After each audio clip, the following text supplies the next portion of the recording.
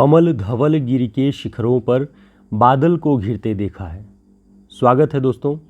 आज हम सभी बादल को घिरते देखा है कविता जो कि नागार्जुन जी ने लिखा हुआ है, उसकी व्याख्या और उसका सारांश यहाँ पर पढ़ेंगे।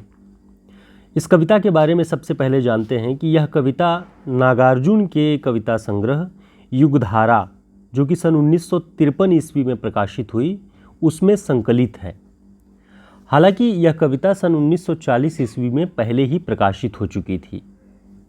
नागार्जुन जी का जन्म सन 1911 ईस्वी में दरभंगा बिहार के तरौनी नामक ग्राम में हुआ था।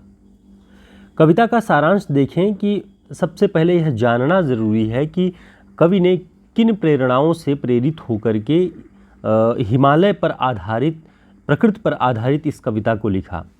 नागार्जुन के बारे में हम सभी जानते हैं कि वह जन चेतना से प्रेरित कवि हैं, जन चेतना को अपनी कविताओं में स्थान देने वाले क्रांतिकारी कवि हैं।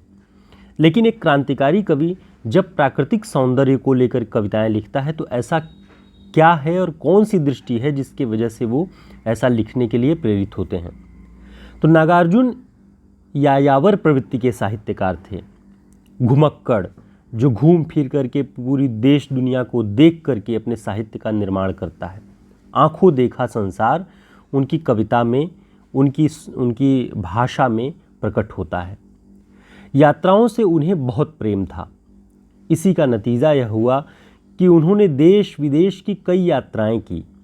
इन यात्राओं में उन्होंने प्रकृति के विराट रूपों और अद्भुत दृश्यों को देखा जिनका जिक्र, उल्लेख और चित्र उनकी कविताओं में दिखाई पड़ता है।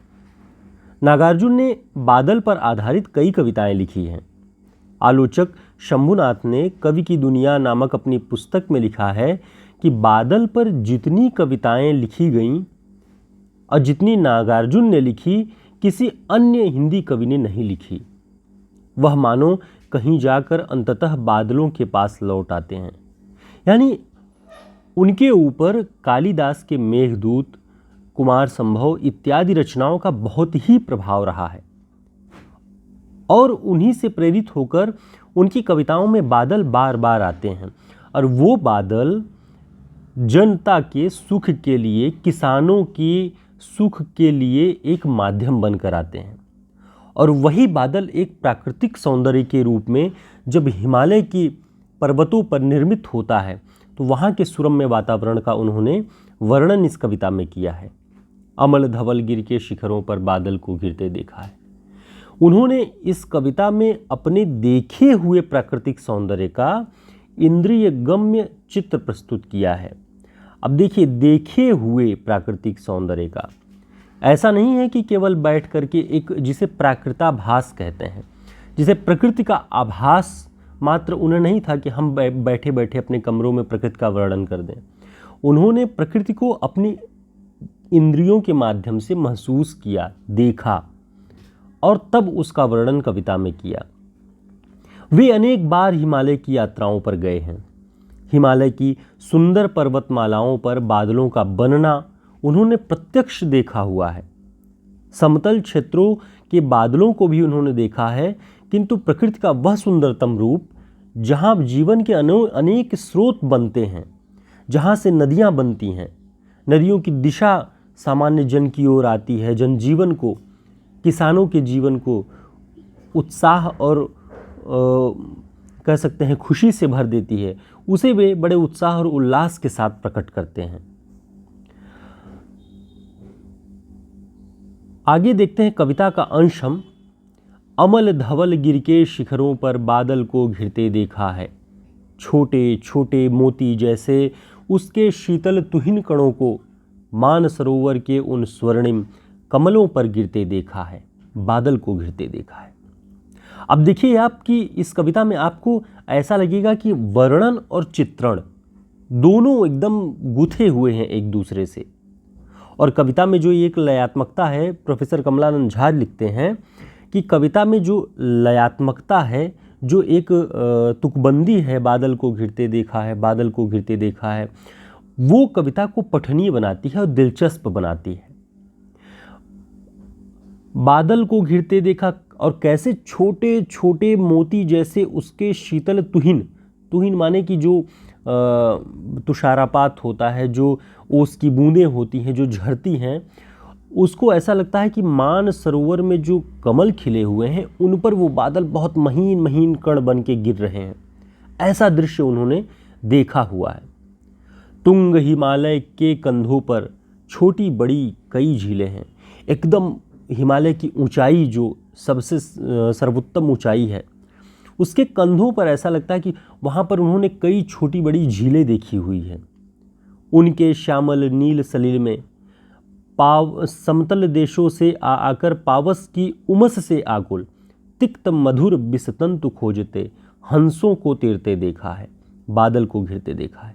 उन्होंने कहा कि वहाँ पर जो झीलें हैं, वहाँ पर समतल देशों से आकर विभिन्न अलग अलग देशों से अलग अलग प्रजातियों के जो पक्षी हैं, वो जब गर्मी से व्याकुल होते हैं, अपने क्षेत्रों में जब उचित वातावरण, अपने लिए अनुकूल वातावरण नहीं पाते हैं, तो हिमालय की ओर यात्रा करते हैं और वहाँ के सुरम्य वातावरण में वो अपने जीवन को बचाते हैं और वहाँ की मधुरता को महसूस करते हैं। पावस की उमस से आकुल, जो मौसम की जो गर्मी है, जब वो उन्हें एकदम व्याकुल करती है, तब वो समतल देशों से आकर के यहाँ पर तिक्त मधुर बिसतंतु खोजते। अब देखिए, कमल की जो नाल है, कमल की नाल में से वो जो अपना भोजन ग्रहण करते हैं, जो रस ग्रहण करते हैं, तिक्त भी है, मधुर भी है, और वहीं खोजकर उन्हीं के स्वाद से अपने जीवन को बचाते हैं और वहाँ पे आनंदित होते हैं। ऐसे जगह पे उन्होंने बादल को घिरते हुए देखा हुआ है। ऋतु वसंत का सुप्रभात था, मंद मंद था अनिल बह रहा। वसंत ऋतु का एकदम सुप्रभात था, मंद मंद चारों तरफ हवाएं बह रही थी, बालारुण की मृदु किरणें थी, अगल बगल स्वर्णाभ शिखर थे, एक दूसरे से विरहित हो, अलग अलग रहकर ही जिनको सारी रात बितानी होती। अब देखिए, मौसम कैसा था कि ऋतु वसंत का सुप्रभात था और हवाएं बहुत शीतल चल रही हैं, और सूर्य बाल अरुण यानी कि जो छोटा सूर्य है उदित हो रहा है, उसकी जो रोशनी है, मृदु किरणें, वो सारी हिमालय के शिखरों पर पड़ करके एकदम स्वर्णाभ, ऐसा लग रहा है कि सोने की किसी खान पर वो चले आए हैं। चारों तरफ स्वर्णाभ किरणें बिखरी हुई थी। अब वहाँ एक दूसरे से विरहित हो, अलग अलग रहकर ही जिनको सारी रात बितानी होती, निशा काल से चिर अभिशापित, बेबस उस चकवा चकवी का, बंद हुआ क्रंदन फिर उनमें, उस महान सरोवर के तीरे, शैवालों की हरी दरी पर प्रणय कलह छिड़ते देखा है, बादल को गिरते देखा है। एक जो लोक प्रचलित कहावत है कि चकवा चकवी रात्रि में बिछुड़ जाते हैं, वो यहाँ पर उन्होंने उसको भी देखा हुआ है कि निशा काल से चिर अभिशापित, बहुत कई युगों से अभिशापित उस बेबस चकवा चकवी का बंद हुआ क्रंदन फिर जिनमें, वहाँ पर भी दिन में मिलते हैं जब, तो उनका क्रंदन बंद हो जाता है। उस महान सरोवर के नीचे तालाब के नीचे जो शैवालों की हरी दरी थी, जो काइयाँ होती हैं, जो पानी के नीचे घास होती हैं, उनकी हरी दरी पर उनके प्रणय कलह को छिड़ते देखा है, बादल को घिरते देखा है। दुर्गम बर्फानी घाटी में शत सहस्त्र फुट ऊंचाई पर अलख नाभि से उठने वाले निज के ही उन्मादक परिमल के पीछे धावित होकर तरल तरुण कस्तूरी मृग को अपने पर चिढ़ते देखा है, बादल को घिरते देखा है। दुर्गम बर्फानी घाटी, ऐसी बर्फानी घाटी जहाँ पर कोई दुर्गम, जिस पर कोई जा नहीं सकता, शत सहस्त्र फुट ऊंचाई पर, वहाँ पर भी उन्होंने देखा कि जो हिरणे हैं वो अपने ही मादकता से, अपने ही सुगंध से भटकते हुए, दौड़ते हुए दिखाई पड़ रही हैं। ऊपर आपने देखा कि चकवा चकवी का दृश्य दिखाई पड़ रहा है। ऐसे सारे दृश्यों को वो अपनी कविता में समेटते हैं। ऐसा नहीं है कि केवल हिमालय की गरिमा, उसकी महत्ता को ही उन्होंने वर्णन किया, वहाँ पर विभिन्न जीवों के जो क्रियाकलाप हैं वो घटित हो रहे हैं। जिस संसार में अन्य जीवों के लिए, मानव के संसार में इतनी क्रूरताएं बढ़ रही हैं, उनके लिए जगह नहीं है, वो हिमालय के उस सुरम्य वातावरण में जहाँ पर प्रकृति का ही पूरा विस्तार है, वहाँ सारे जीवों के लिए वो जगह बची हुई है, वो घूमते टहलते अपने जीवन के सारे क्रियाकलापों को करते हुए दिखाई पड़ते हैं। कहाँ गया धनपति कुबेर वह, कहाँ गई वह उसकी अलका, नहीं ठिकाना कालिदास के व्योम प्रवाही गंगा जल का। ढूंढा बहुत परंतु लगा क्या, मेघदूत का पता कहीं पर, कौन बताए वह छाया में बरस पड़ा होगा न यहीं पर। वो कालिदास के कुमार संभव और मेघदूत में आने वाले उस बादल को भी ढूंढते हैं जो व्योम प्रवाही, जो आकाश में प्रवाहित गंगा जल की एक कल्पना है, उसे ढूंढते हैं, लेकिन वो कहीं दिखाई नहीं पड़ता। उसे वो मानते हैं कि वो कपोल कल्पना थी, जो यहाँ है वो हकीकत है, वो सत्य है।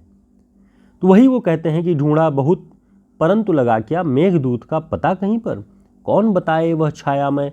हो सकता है कि वो छायामय माने बादल, जिसकी जो छाया मात्र होता है, बरस पड़ा होगा न यहीं पर, हो सकता है यहीं पर बरस गया हो। जाने दो वह कवि कल्पित था। वो कहते हैं कि जाने दो वो कालिदास की कवि कल्पना थी। अब उन्होंने क्या देखा, मैंने तो भीषण जाड़ों में नभचुंबी कैलाश शीर्ष पर महामेघ के झंझानिल में गरज गरज भिड़ते देखा है, बादल को घिरते देखा है। बड़े बड़े बादलों के समूह को टकराते हुए, एक दूसरे से भिड़ते हुए, महान ध्वनि, भयंकर ध्वनि पैदा करते हुए देखा है।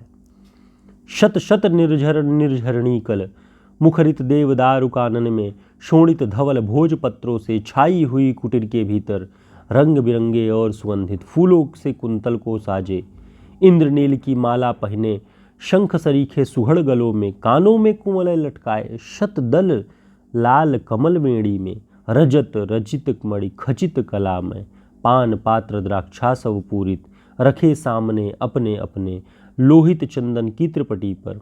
अब देखिए ये जो है अंतिम की इस स्टेंजा की आप लाइन देखें तो है कि उन्मत्त किन्नर किन्नरियों की मृदुल मनोरम अंगुलियों को वंशी पर फिरते देखा है। जहाँ एक और महान बादल, बड़े बड़े बादल एक दूसरे से टकरा करके भयंकर ध्वनि पैदा कर रहे हैं, वहीं दूसरी ओर उन्होंने किन्नर किन्नरियों का जो एक तरह से उन्मत्त जीवन है, स्वतंत्र जीवन है, उसमें उन्हें बंसी, उनकी मनोरम और मृदु अंगुलियों को बंसी पर फिरते देखा है। एक तरफ बादल का महागर्जन और दूसरी तरफ बंसी की मधुरता। ऐसे ऐसे दृश्यों को उन्होंने वहाँ पर देखा है, बादल को घिरते देखा है। तो हम देख रहे थे कि ये कविता जो है प्रकृति के महानतम एक स्वरूप को व्यक्त करती है। शंभुनाथ जी लिखते हैं कि हम पाते हैं कि बादल को घिरते देखा है में नूतन होती पृथ्वी का, नई होती पृथ्वी का, बल्कि कहें एक सुखी और सुंदर संसार का यूटोपिया है, एक काल्पनिक संसार है। महत्वपूर्ण, हर महत्वपूर्ण कवि के पास एक छिपा हुआ मुखर यूटोपिया होता है। नागार्जुन भी यूटोपिया रचते हैं।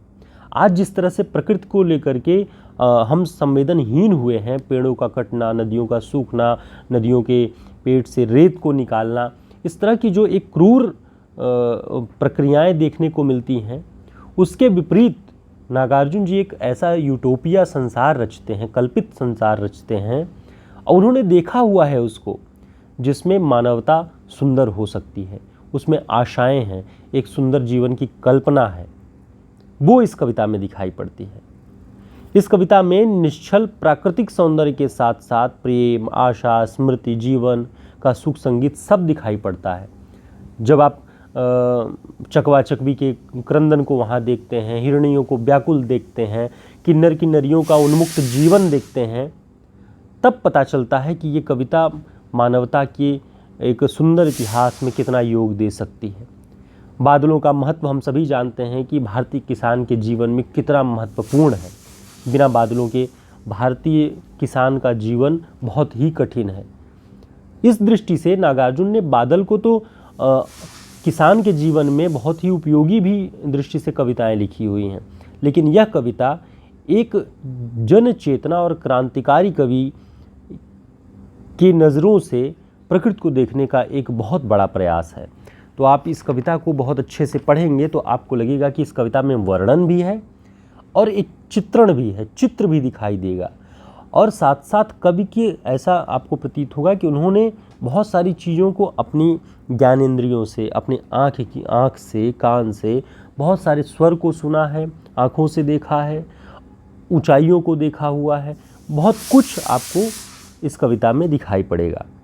तो जो भी है कि इस कविता में विलास के भी चित्र हैं, लेकिन मूल रूप से यह कविता बादल के अभिनंदन की कविता है, बादल का स्वागत करती हुई कविता है, उसकी महत्ता को स्वीकार करती हुई कविता है। तब आपको इस कविता का महत्व समझ में आएगा कि यहाँ पर बहुत ही सजीव ढंग से बादल को दिखाया गया है और हिमालय से साक्षात्कार किया गया है।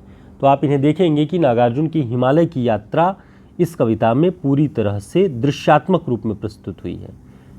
इस कविता की व्याख्या आपको कैसी लगी ज़रूर बताइएगा। बहुत बहुत धन्यवाद।